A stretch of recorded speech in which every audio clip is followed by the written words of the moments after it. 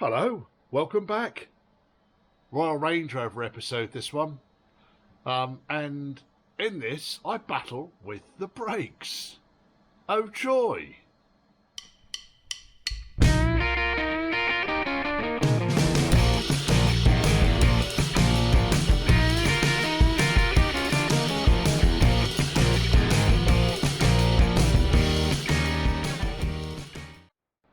Usual message, check your subscriptions. If you're not subscribed, why not? Like, comment down below, contact me. Churchhouse Classics is all one word at gmail.com. Fancy buying me a pint? Metaphorical pint, of course. Support the channel? Well, there's a PayPal me link scrolling at the bottom of the screen right now. I have been through this video 1,000 times. Tearing lumps out of it, reordering it, structuring it, trying to make it a little bit more upbeat. And I can't do it. I think every now and then, everyone has a terrible day in the workshop, and this was my terrible day in the workshop. So treat it as an entertainment. Watch me having a bad day and enjoy it. So I've had a few challenges with this, and I've got about half an hour of unusable footage of me trying to get the rear calipers off and doing that to my finger, because someone thought it'd be a fantastic idea not only to round off the 12-point bolts that secured the rear calipers onto the rear axle, but also dipped the entire thread into thread lock. So enormous amounts of heat and belting sockets on, and using a 4-foot breaker bar eventually got them moving. Alas, the calipers are more or less all scrap. So one I had to take apart, you'll see shortly. That was properly stuck on, and also there was a lug broken off it. Not very helpful, is it? The other calipers, they're down here. In every single case, the pistons are rusted. In most cases, the dust seals are missing. And in the rear caliper case, both pistons are solid. So yeah, this was a road legal car. I wasn't kind of expecting that level of shenanigan, I'll be honest. Anyway, there's your spoiler. Enjoy the video. Oh good lord, we have been swearing and flattening our fingers. This is the dead finger anyway, so I didn't even know I was flattening it. Well, I did know I was flattening it because blood was spurting out everywhere. Right, the issue we had with this one was one of the bolts was rounded, and of course it wouldn't be the bottom one, which is accessible. No, it was the top one, which you can only get a very, very, very thin wrench on. And my cheapo, nasty, foreign bar that I've had for ages, I've snapped the pin in the middle of that, so that's how strong that was. And eventually, with an incredible amount of heat going to it, because I daren't go near the mounting on the back of the axle, I managed to get the bolt out. What an absolute bastard. I split the caliper because I was at one point thinking about see if I could get the hub off, and then I could access the end of the thread and get heat directly on the surround at the end of the thread. Now, customers already told me that they want replacing all the calipers. We don't know how old these calipers are. I suspect they're probably original to the vehicle. And yeah, I'm going to replace the lot. So while I'm waiting for them to come out, I thought, well, do you know what I'll do though? But these things, I think they're about 80 fucking pence. So when you buy new pads, or you buy new disc, buy new fucking bolts, please, for the sake of poor bastards like me. Putting old fucking bolts back in again, with rounded heads. What was that? That was a 1/2 inch. It was a 13 mil. I ain't going to come out there now, you watch. That is so banged on there. Right, now it's off, I can start moving on to the front. Oh yes, I'll get the brake lights off at the back here as well, because that all needs doing. Oh my goodness. What an absolute swine of a job. I've had calipers been difficult to get off before, but not that difficult. Pulled the piston out of that, and you can see that the chrome has pretty much gone all the way around. If that piston was to be pushed back in again, that rust there would have torn the inner seal, probably has anyway. And then the gank and the murk in here, I'm pretty sure that shouldn't be in a braking system. And on top of all of that, the quite robust looking mounts for the pins on that one, but barely anything on this one. In fact, one broke off. So I'm kind of thinking that this certainly has been a caliper for just a little bit too long. There's enormous amounts of rubbish in there. If I get that out. In fact, that's just stuck in there. It's probably rust on the inside of the cylinder. Scrapping! Not wasting any more time with that, but just to... If the lip of your piston looks like that, get your fucking calipers refurb, folks, please. I'm not going to bother taking the rest of these apart. They're bin. They are bin. Oh, by the way, that's the bleed nipple. Okay, I hammered a 10mm socket over the top of that, but that was kind of the flats I had available on it. And where's the bolt gone? Here's the bolt. Let's see if we can get this out now. That one I might hang on to see if it can be refurbished. I'll double check in a minute. Now what I'm going to do here, I think, is get this clamp the bolt in and see if we can't wiggle the socket off. There it goes. I'm using my ancient old school Draper socket set. I didn't actually put this on the windy gun. I think if I could have been able to get the windy gun in there, I probably would have done. Honestly, folks, and I mean it, for the sake of whatever these cost, don't give another mechanic that sort of joy to deal with just because you want to save £1.60 a caliper. 2 front calipers came off without too many issues. I think because the discs look new, I got a feeling the bolts were replaced as well. So the bolts look relatively new. Certainly nothing like the bolts from the back. I think I've chucked it all away now. There we are. Bolt from the back. And you can see where the heads start to round off. Bolt from the front. Just everything around that one looks a lot younger than that one. So that's the first thing. So someone's had the front calipers off, and the main reason I think that is because the discs have been replaced. Those discs are not old, although they probably could have done with replacing the back plates, I'll be honest. I have ordered new back plates. All of the metal rings which cover the seal, that one's missing. Those 2 are in place. Those 2 are missing. In fact, the seal you can see down here. So there's no way, and all of this shite here is the heat stuff off the back of the pad. So it looks like someone's put pattern pads on the back there with some sort of plastic anti-squeal stuff on there, which has just melted. That's all crap.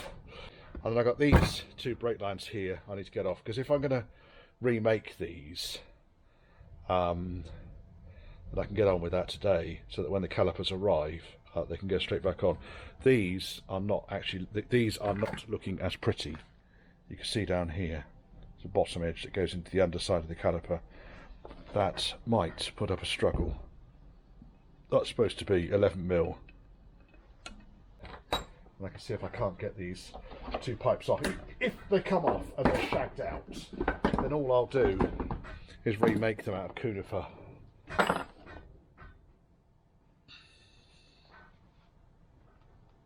Oh, that undid. When you're doing these things, and I mean, yeah, what's happening here is it's trying to drag the line. So the pipe is rusted into the line, and just by wiggling it back and forth here and perhaps putting some penetrant on it,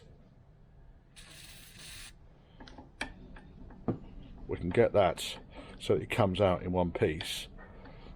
As soon as it starts to drag the line again, I'll back it off.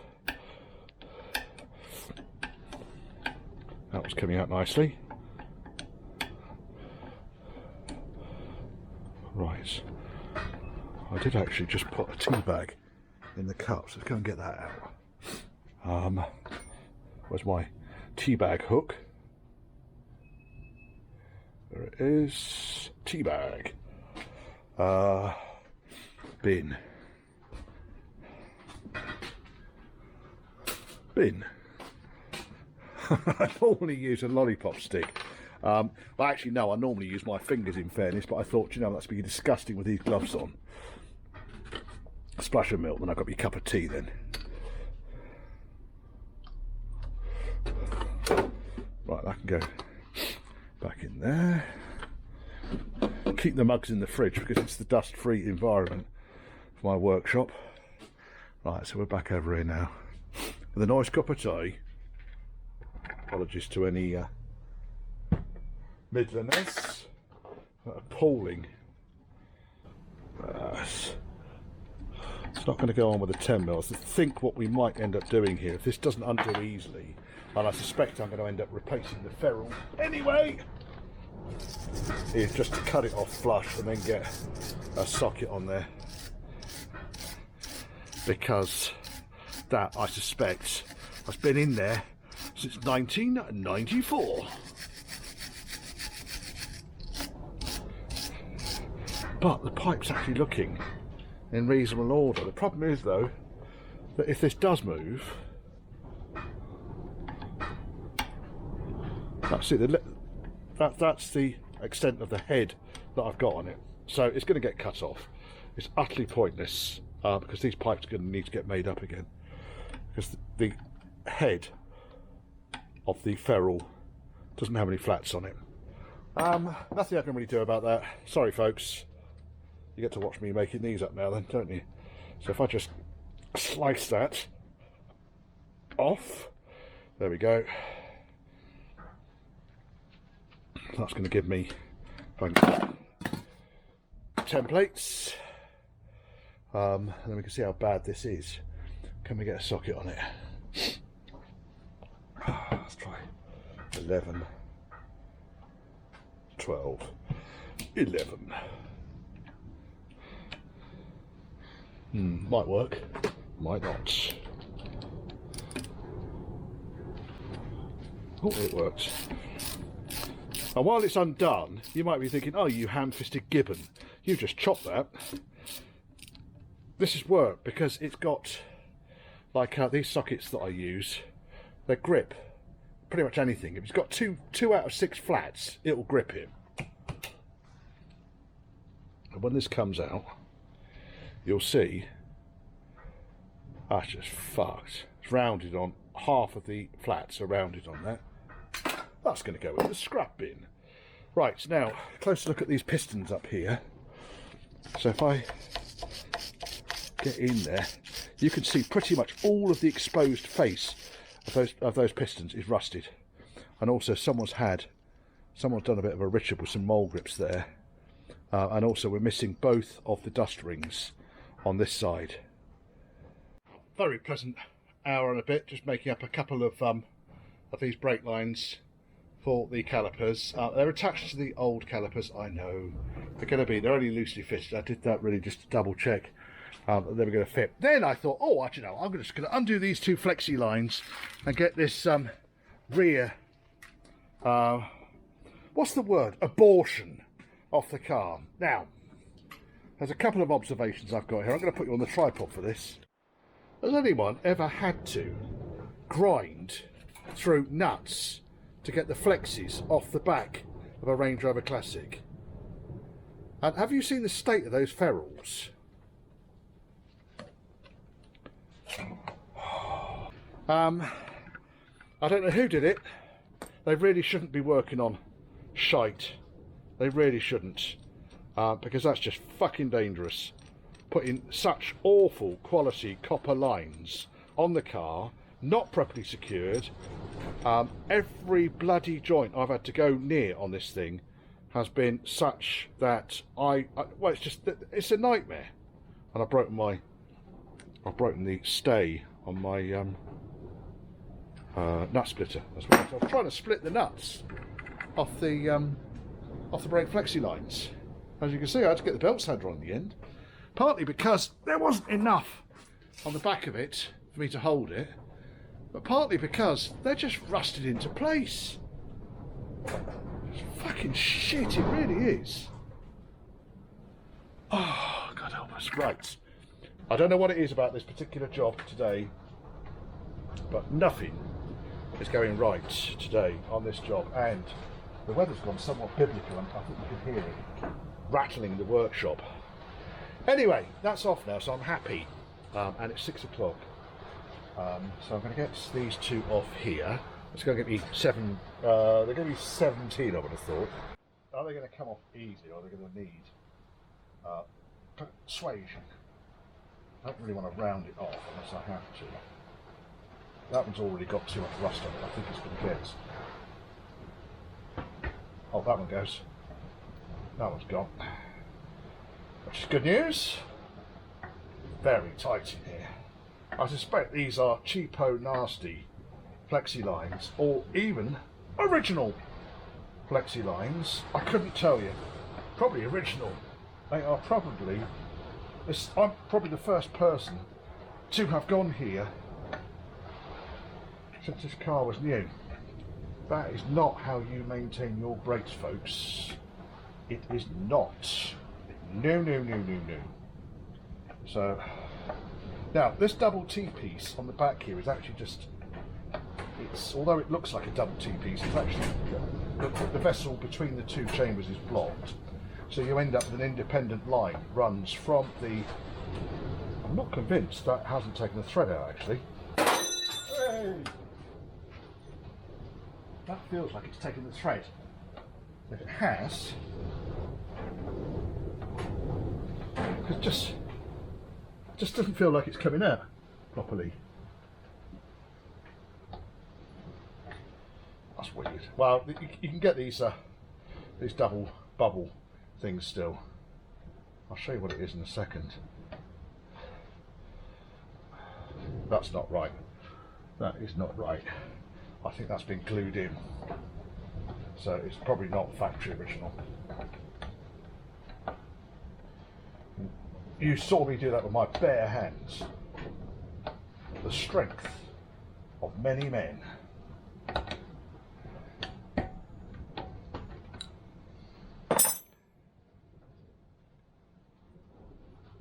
Gotta be fucking joking me. There's no thread on it. So yes, that's fucked too. Let's see if this one comes off and is in a similar state of dereliction. Yes, it does come off.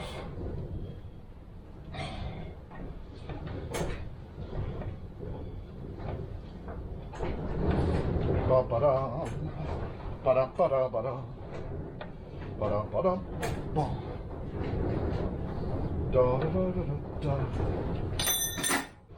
Yeah, so one of these has got no thread and the other one has still got a thread vestige of on it.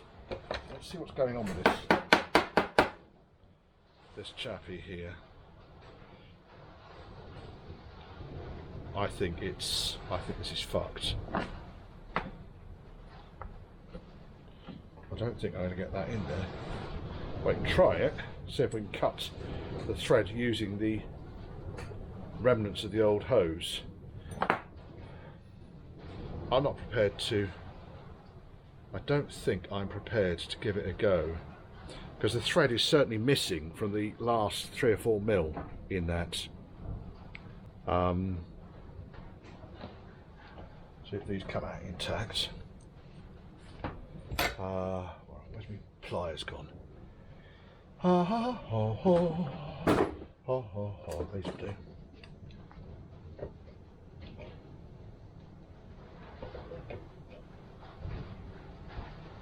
Okay, now that's too tight. But then we know that some ham-fisted tightwad has been in here putting the cheapest copper piping on known to mankind. Yeah, don't worry folks, it's not a 2-ton vehicle capable of 100 miles an hour. Yeah, we don't worry about things like brakes, do we folks? No, no, no, no, no, that one's all right. If I'm looking in here, I can see the thread where it goes down and then there's nothing. It's like it's stripped the thread out of the brass, probably because some ham-fisted fucking idiot has cross-threaded it and then glued it in. I don't know. How else does that happen? I couldn't tell you. It's dangerous, I'll tell you that. Right, so new flexes are on the way. I need to order one of these. I think Blanchard's have got these in stock. And then, to be honest, I've had enough today. So I'm going to pack up and go home, I think. This is the car that continues to give fun. Right, okay, so I needed to get the brake back plate off, partly because it's rusted through and its fixing is rotted off the leading edge here. I bought new back plates, might as well fit them. So I couldn't get the ABS sensor out. So the trick is you take the hub off and then you can spray loads of anti-seize penetrant in between the ABS sensor and the wall there, and you can tap it out with a drift lump of wood on the end of it or whatever. What I did observe when this thing all came apart was that the hub nuts were really loose, and these bearings are showing signs of having run quite warm in here. There is grease in there. There's not a huge amount. I'm going to have to clean this lot out as well now. So,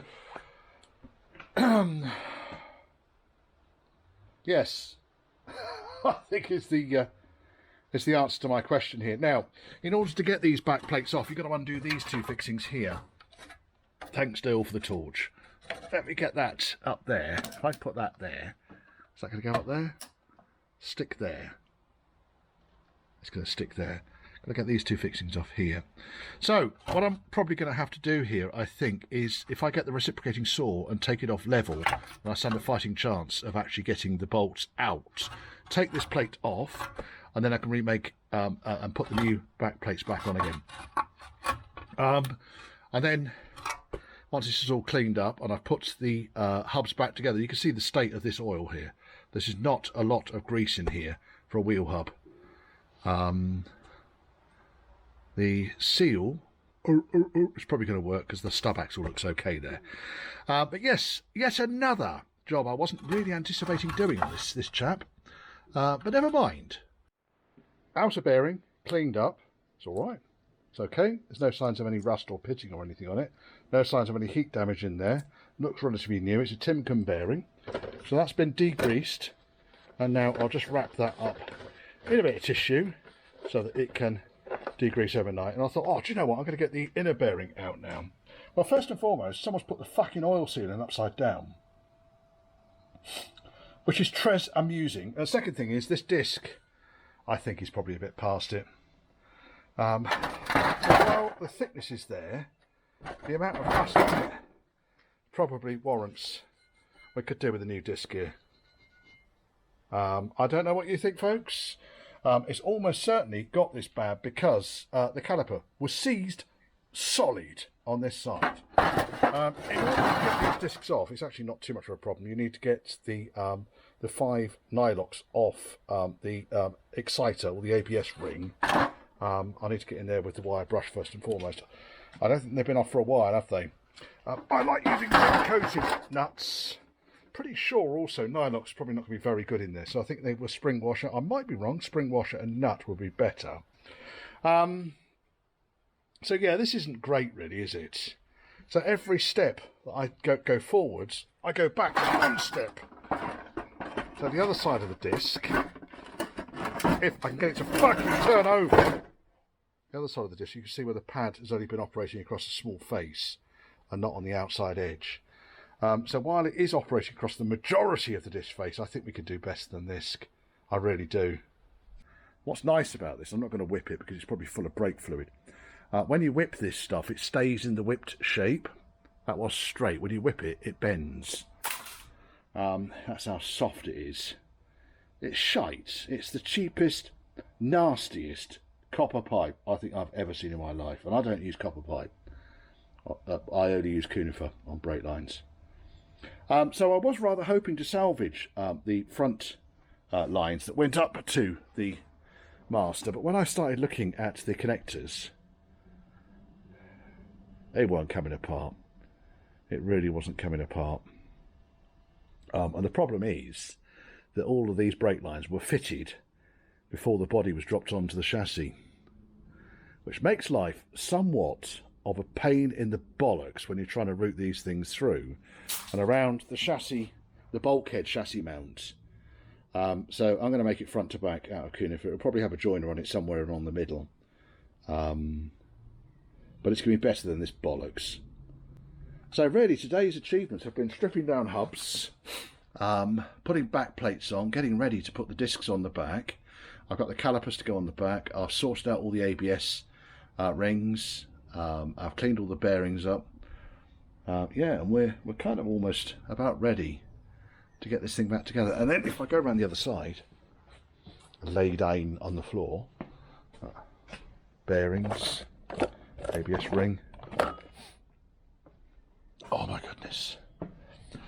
Right, if we go down here, new flexi line, new T-piece, or double T-piece I suppose, because it needs to have an independent line to each, and then 2 new flexis with new fixings up there. All the bits have arrived, and here we are. The left-hand rear disc is rebuilt. I used the original bearings, new seals, new gaskets, new bolts. These bolts, by the way, the bastards that I'm talking about, part number is down below. And when they're about 87 pence a unit, and you need 8 of them, why would you fuck around with used old stock ones that are getting on for 30 years old and have just caused you a world of pain? You don't even need to add thread lock to them. So, brake pads on that side, then brake lines. I'm just going to go and rebuild the other hub, and then I can get the front calipers on, which I've also got. These are pattern calipers, and the fronts are here. These are the later calipers, so I think from 1993 onwards, the bolt hole that secures the caliper to the axle was bigger. So these are for 93 onwards cars, but just double check your parts manual before you go berserk on these, because I've got a set of calipers over there in the yellow boxes which are wrong. Silly boy. Right, get the other one done.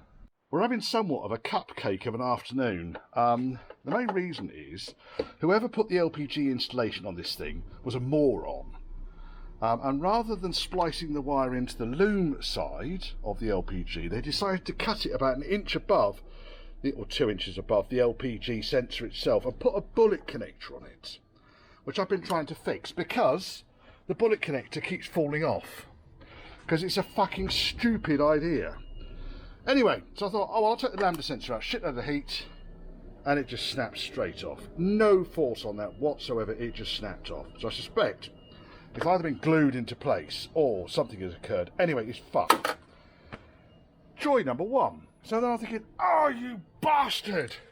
We've got cats on this system, so I'm going to need to get that lambda sensor out without damaging the cats.